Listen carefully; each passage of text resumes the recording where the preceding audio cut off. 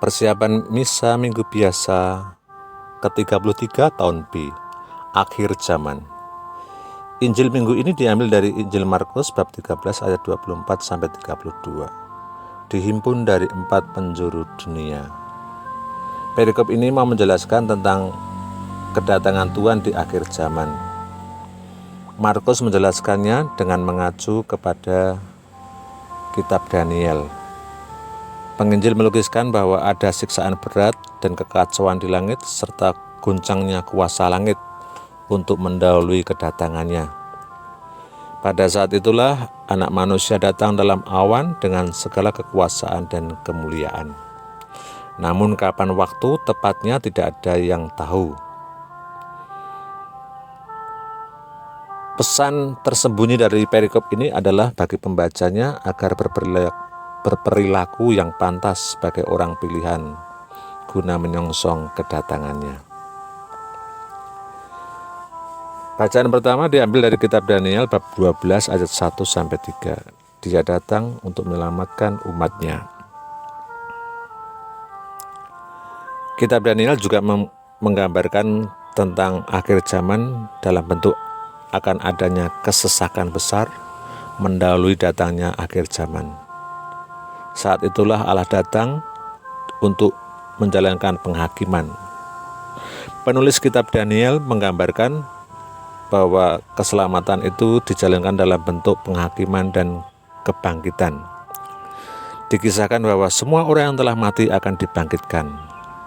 Sebagian dari mereka akan menerima ganjaran berupa hidup kekal, dan sisanya akan menerima hukuman dan kehinaan sesuai dengan perbuatan mereka.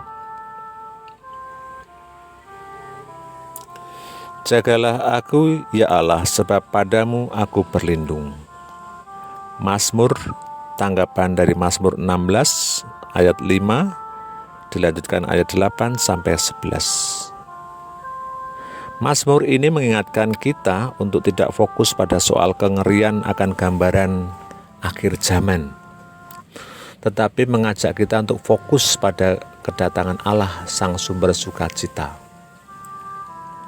Sebab Allah adalah bagian warisan yang telah meneguhkan piala. Allah berdiri di sebelah kananku. Aku Paulus.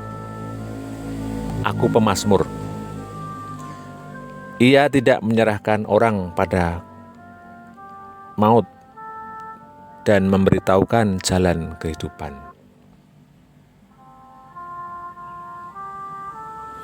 Bacaan kedua diambil dari surat kepada orang Ibrani bab 19 ayat 11-14, dilanjutkan ayat 18.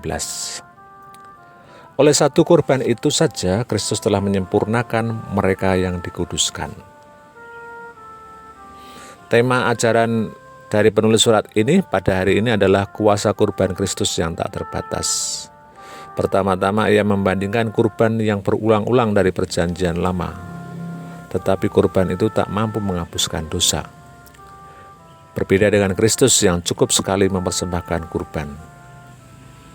Namun ada ketegangan untuk orang Kristiani bahwa ternyata dosa itu tetap masih ada dan menggoda. Sebenarnya di sini kurban Kristus telah menyempurnakan semuanya dan menawarkan kepada kita sejauh mana kita mau percaya kepadanya.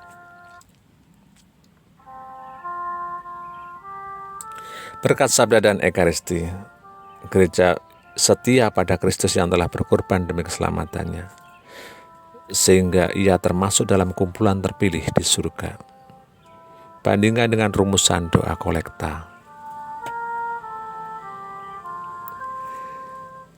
Berkat santapan ekaristi, gereja dijiwai oleh korban Kristus sehingga berani berkorban dan memperkuat harapan akan langit dan bumi baru. Bandingkan dengan rumusan doa sesudah komuni. Selamat mempersiapkan diri merayakan Minggu Biasa ke-33. Tuhan memberkati.